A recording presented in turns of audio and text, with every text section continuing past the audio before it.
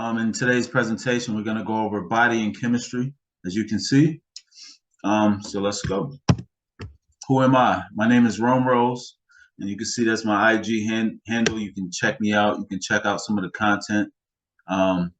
Get a little more personal and connected with me through IG. We also have a Facebook group, which is private. I have a personal Facebook account as well, Rome Rose. So check me out. I've done research my whole life on the topic of health and truth in general. So I'm passionate about this. This is the whole point and reason of me doing this. Is the passion, is the love for you, for me, for truth, for a better quality of life overall, and just educating ourselves on topics that are important.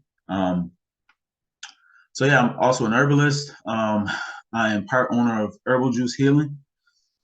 We have herbs that help support the body throughout, through different healing crises or things like that. We have herbs to support the gut, overall support for the nervous system, overall blood and lymph. We also have a body fuel product, which is good for everyday use. If you're an active person like I am, if you go to the gym a lot, body fuel is a good product for you. It's all natural, and we're going to move forward into this video. We're going to talk about some basics of body and chemistry. First, we need to address or look at truth from this way.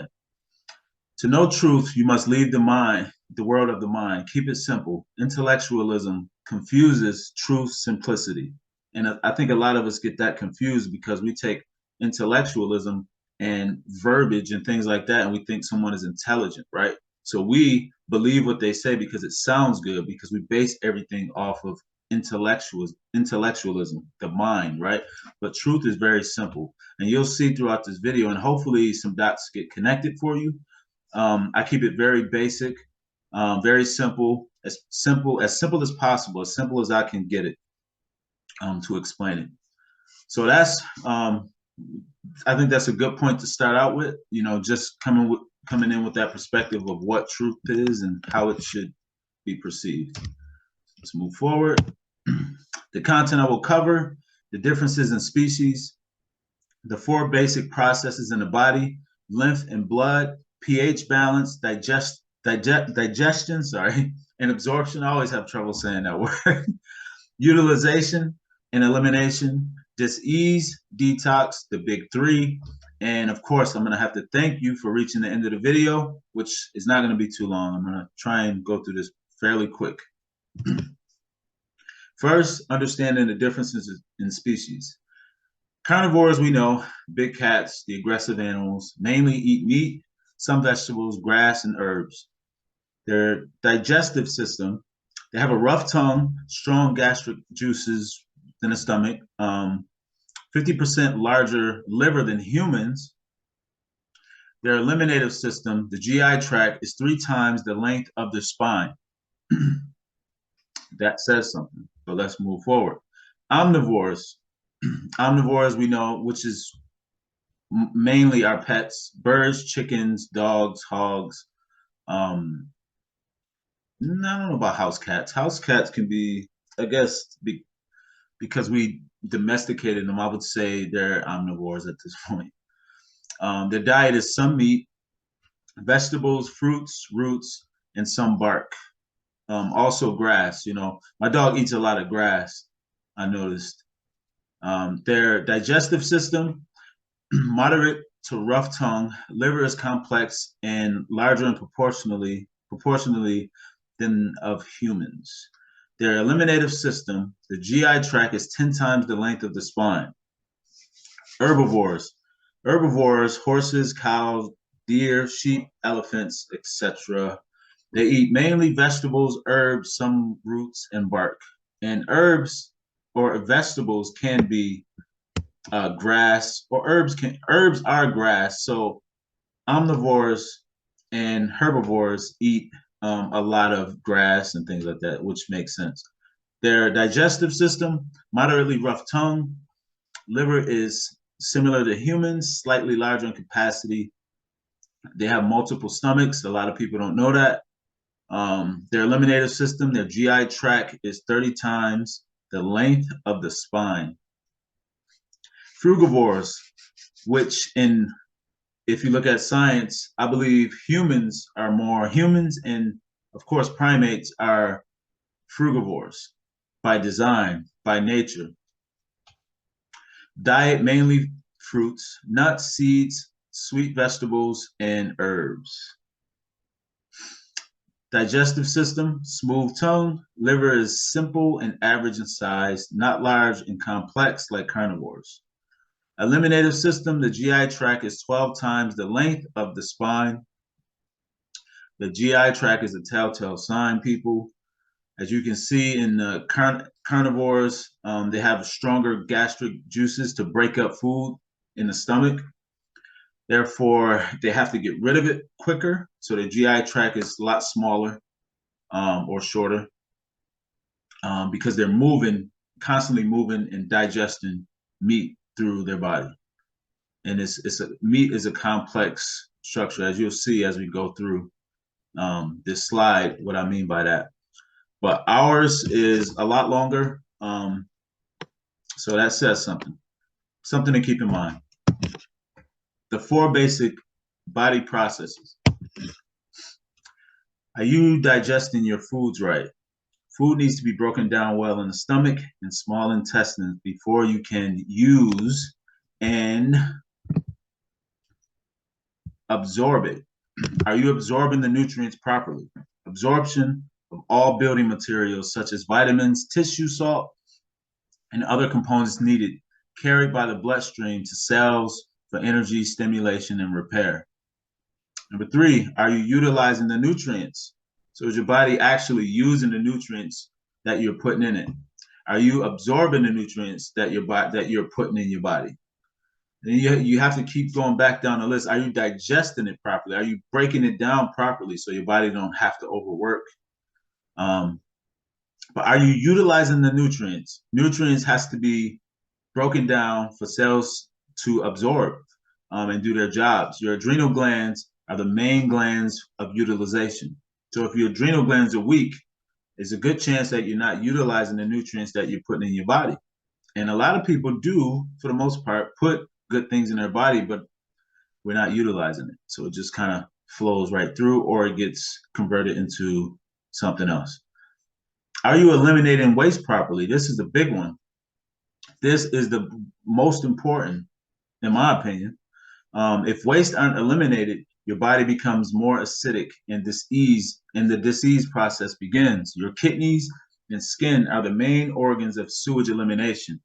So your kidneys and skin, but internally your lymphatic system is responsible for the waste.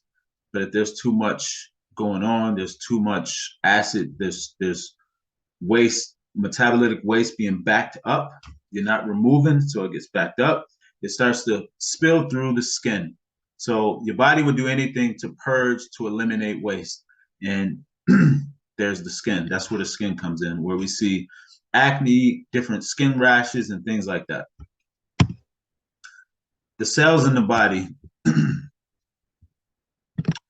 The body is made up of trillions of cells. A cell is nothing more than a living organism. These living organisms have interstitial fluids that feed and clean them.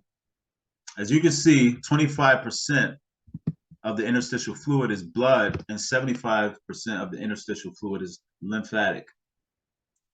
All cells need nutrients, energy, right? The cells need food. They need to eat, right? They need to consume nutrients to function properly. This nutrients comes from the blood, which makes up 25%. If your body isn't absorbing nutrients, you begin to lose the functionality of a cell. Just think about yourself. If you starve yourself for so long, right, you'll basically kill yourself. Like any living organism, they must eat, they must consume and eliminate. All cells produce waste that need removal. This waste gets removed by the lymph, which makes up 75% of the bodily fluid, of the interstitial fluid. If you're not removing waste, this chemistry will make a home and break down the functionality of cells. Interesting stuff. Two sides to chemistry. There's acid and there's base. So many elements in chemistry, but each element falls on one side, whether it's acid in nature or more base in nature. It falls on either side. Hundreds of elements, right? But each one will fall on one side or the other. Acid chemistry is corrosive. We know that. Base chemistry neutralizes acids by soaking up hydrogen. The pH scale, excuse me, the pH scale runs from 0 to 14, with 7 being neutral. 0 to 7 is acidic. 7 to 14 is alkaline. The blood pH must stay slightly alkaline with a pH as close as possible to 7.4. So we need both. However, we need to be, as you can see, a little more alkaline. Our lymphatic system pH levels is found to be around 6.0 to 10.0. I mean, it ranges depending on if cells, have low pHs, if there's cancer in the body. It depends, because everything goes into the lymphatic system to be removed. And this is where doctors, when they do, when they try to do a biopsy, they're going into a lymph node, let's say, and they're trying to pull out to see if there's a cancer cell in there. Well, most likely you're going to find something in the lymphatic system because there's a low pH. This is where the waste is, or there is too high of a pH. So this is where the body, the sewer system, where the body removes the cellular waste. Different chemistry bonding causing a reaction within the body, i.e. gas or bloating. So remember, guys, this is chemistry we're talking about. We're talking about elements. Think of elements and think of the interactions that they have with one another. It all happens within the body as well. And we get gas, bloating, so, headaches, things like that, because this chemical reaction is taking place within the gut or just throughout the body. Digestion and absorption. Excuse me. Where does absorption take place? Nutrients get absorbed through the small intestines and into the bloodstream. Most people's intestines become impacted with a thick coat of mucoid plaque from unnatural foods like gluten, foreign proteins, and other byproducts. This blocks the nutritional components of our foods from being properly absorbed into the body. And again, I go over different organs in the body that support digestion and where you absorb the food, the nutrients. So of course we start in the mouth. We begin in the mouth and the tongue to help break down the food. Then it moves down to the stomach, small intestine, the large intestine, the duodenum, and so on and so forth. And these different organs categorize in different, they specialize in different things. I don't know if you can see my mouse, but the gallbladder, of course, we know deals with a lot of the fats. The liver can deal with a lot of, like, let's say, amino acids or nerve. The pancreas also deals with a lot of nerve, more nerve than the liver, nerve, sugar, and also communicates with the other endocrine glands and sort of like the adrenal glands. And the adrenal glands and the pancreas directly communicate to digest or to absorb sugar, as we know, insulin, or if the body doesn't need insulin. And we're going to go over that shortly. Why is the gut so important for health? Well, we can see why the gut is so important for health. And based on what we just talked about, a lot of people, we see this in the country. This is most 40%, I think it's more than 40% actually, have gut issues in America. More than 40% of the population have gut issues in America. And again, the gut is where the food either gets absorbed or not. You either absorbing and you're utilizing the food, but it all comes from the gut. So we see illnesses like IBS, excuse me, infections, loss of energy, anxiety, all cancers, malabsorption, Crohn's disease, GERD, lactose intolerant, and pancreatitis. And the list just goes on and on. I believe all diseases are stem from gut issues. This ease. So this is my basic definition of what disease is. It's an illusionary concept. It doesn't exist. If you use the word acidosis in place of disease, you will realize the corrosive, burning nature of acids and then link that to a condition of what doctors and others call disease.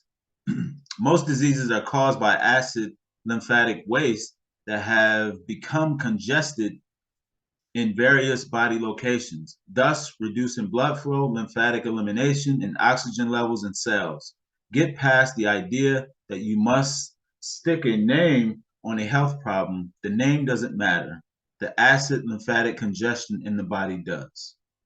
So again, intellectualism. There's so many names, and a lot of people would ask me, Rome, I have this. And if I say something like, what is that?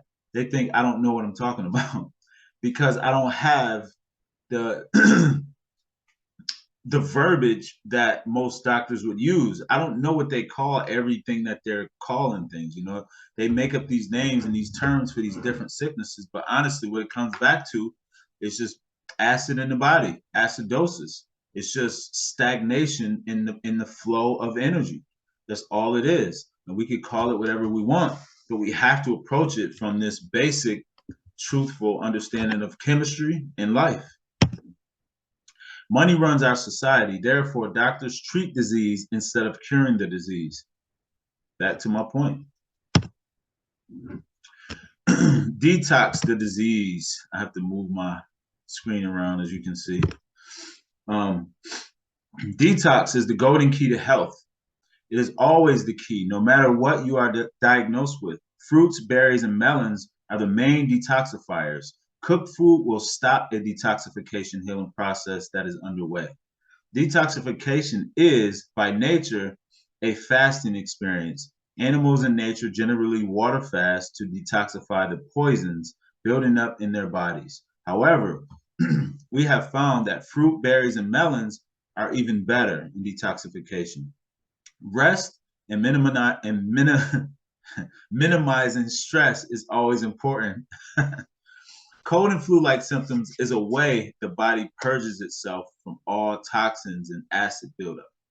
We should allow the elimination process to take place. And what I mean by that is a lot of us get sick and we panic and we go to the pharmacy or the corner store to buy some medicine to stop this purging process, to stop the elimination process. The body is eliminating something.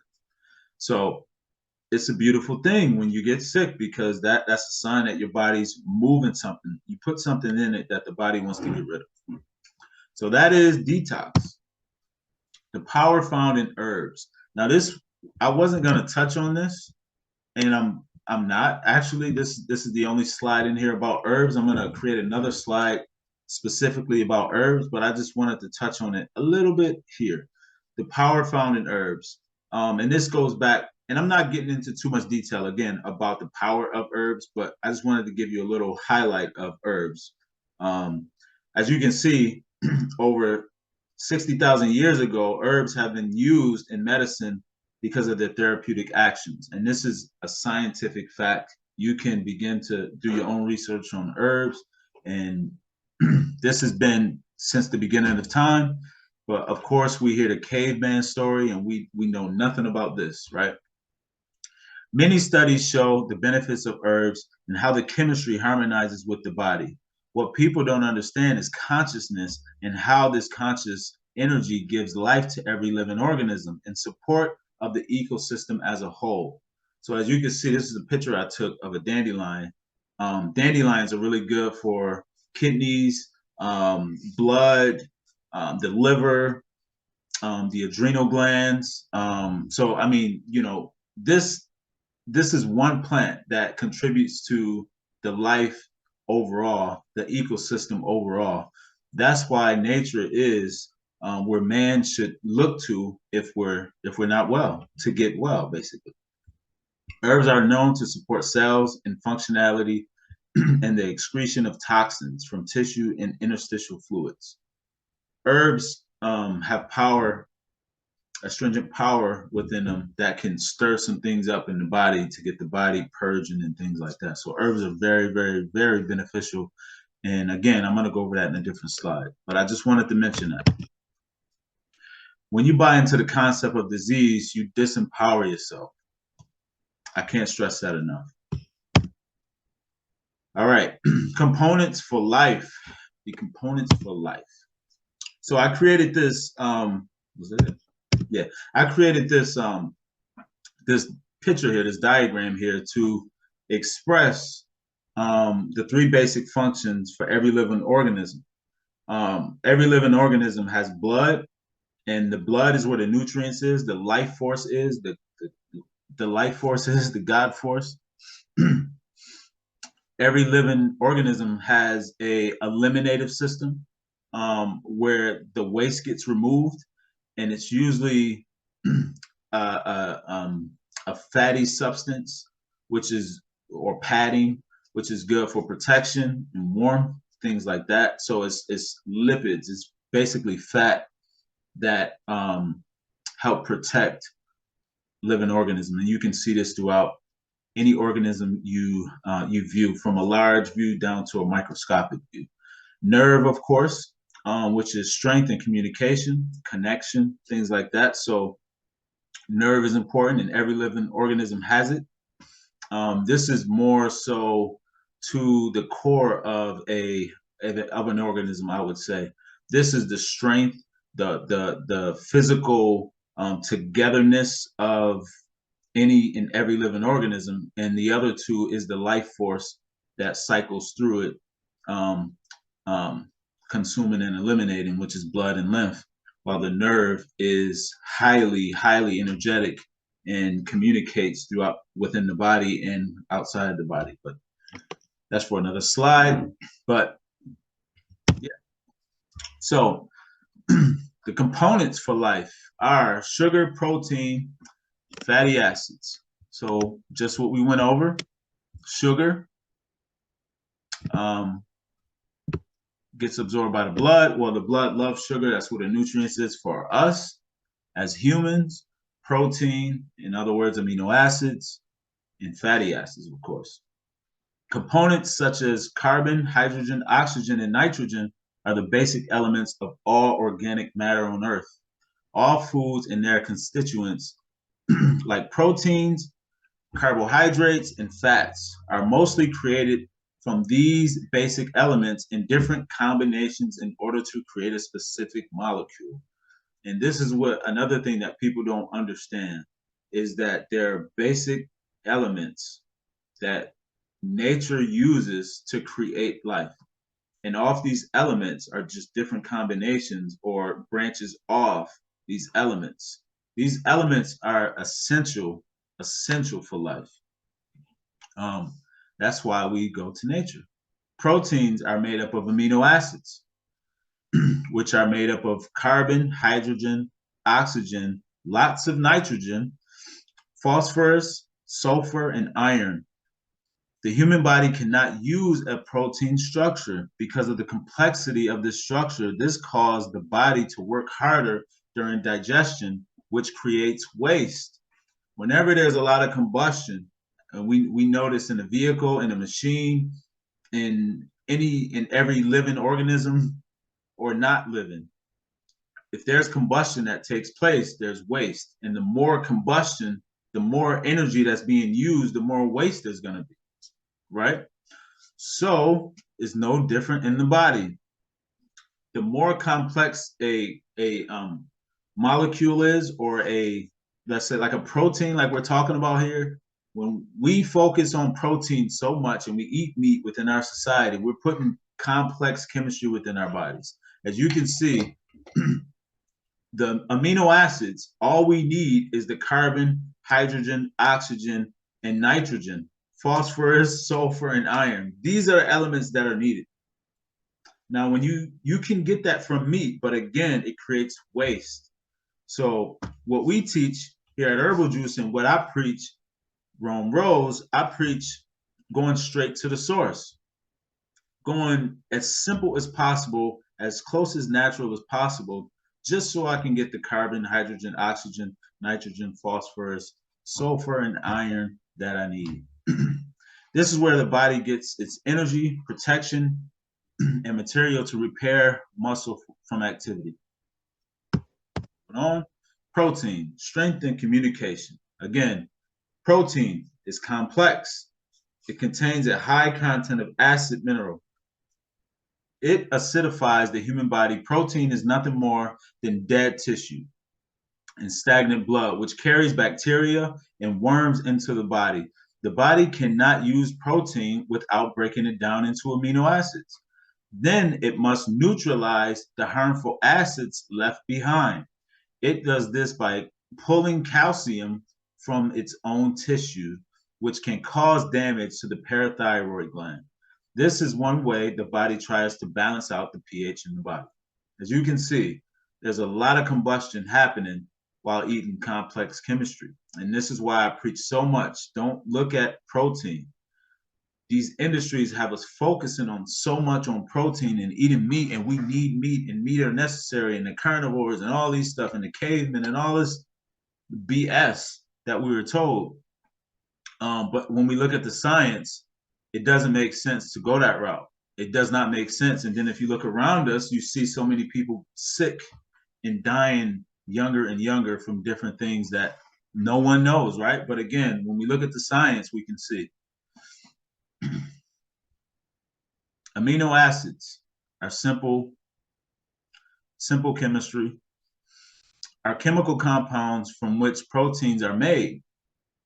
They are essential for all metabolic processes in the body and are used as carriers and for repair of cells. Sorry. The body works more efficient and creates less waste.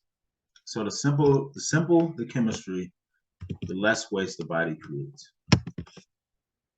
Energy for the body, carbohydrates, sugar, complex sugars in the body, poly or disaccharides, sucrose or lactose. These are different sugars. Lactose is from cow's milk, and sucrose is, I believe, manufactured sugar. Also, as we can see here, grains, rice, pasta, table sugar. That's what I mentioned. And starchy vegetables. These complex sugars must be broken down to be utilized by the body, and insulin is required to transport this sugar into the cell. Both the pancreas and adrenals are involved in sugar metabolism, and complex sugars cause stress to the glands. Complex sugars cause high blood pressure, fat storage, and fungal problems. When we look at the science, we see the issues. When we look at the science, we can see the problem in humanity. We've been told to look over here when it's all right here in front of us. Simple sugars in the body. As the engine in a car needs a carbon-based fuel to run, so does your physical body. However, it is sugar mixed with oxygen that your body requires to run. And we get sugar and oxygen together, which is called fructose sugar. It's superior as it does not require insulin to carry into a cell wall. Fructose sugar, again, comes from fruit. That's why we said in the beginning, recognize the species, what species you are, and what the diet should be. Protection and warmth. Fatty acids. Just as an amino acids are the building blocks for proteins, fatty acids are the simple structures of lipids. Lipids are fats. Fats are interesting because they can be converted from excess of amino acids. They can be converted from excess of amino acids and simple sugars into stored fats such as glycogen and triglycerides. As we mentioned throughout the slide, our cells can only use simple structures, which gets absorbed in the intestinal wall. But most of us do not consume fatty acids. Instead, we consume saturated and unsaturated fats, which end up being stored as subcutaneous fats and shoved deep in the tissue around the intestinal area, the belly. So we see a lot of, they call it the dad bod now, but it's really an unhealthy man, what we're calling. I mean, let's be straight. It's an unhealthy man. It's an unhealthy person that is storing fat, subcutaneous fat, deep within tissue. That's what we're looking at, and we calling it dad bods and trying to make it sexy. Or they see a skinny guy like me, and they're like, something's wrong with him. Anyway, got a little personal. All right, salt. Salt minerals are important as well. Salts are the inorganic components for your body. They play a vital role in function of cells and are vital for life to exist. As we know, the ocean plays a huge part on the earth. Excuse me. Maintenance of proper water levels is what salt does. Regulation of blood volume, keeping the acid alkaline balanced. Affects cellular transport and cell wall permeability. Proper flow of blood. Certain hormone function. I mean, salt does a lot. Salt is important. Plants are full of various mineral salts, such as calcium, phosphate, sodium chloride, and others. Calcium is a salt. There are 12 mineral salts. So I do a lot of my research, as I mentioned, online. This is how I started. This is how I started to look into this information.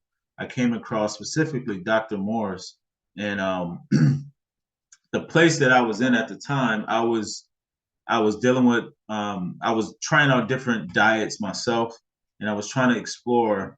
I didn't understand. I was trying to explore diet. I was trying to understand why people were sick and dying from diseases, and doctors, nobody was helping. I was losing family members, and I'm like, how come nobody knows anything?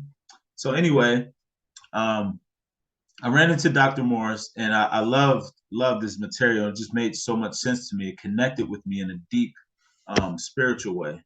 So I looked into it, and it all resonated with me as if I knew it already. And he just reminded me of it. And that's what I'm here to do, is to remind you of it. So Dr. Morris was one. Dr. Jensen was Dr. Morris's mentor. So I give him credit in this. I haven't really looked at a lot of his stuff. He started looking at, as you can see, iridology.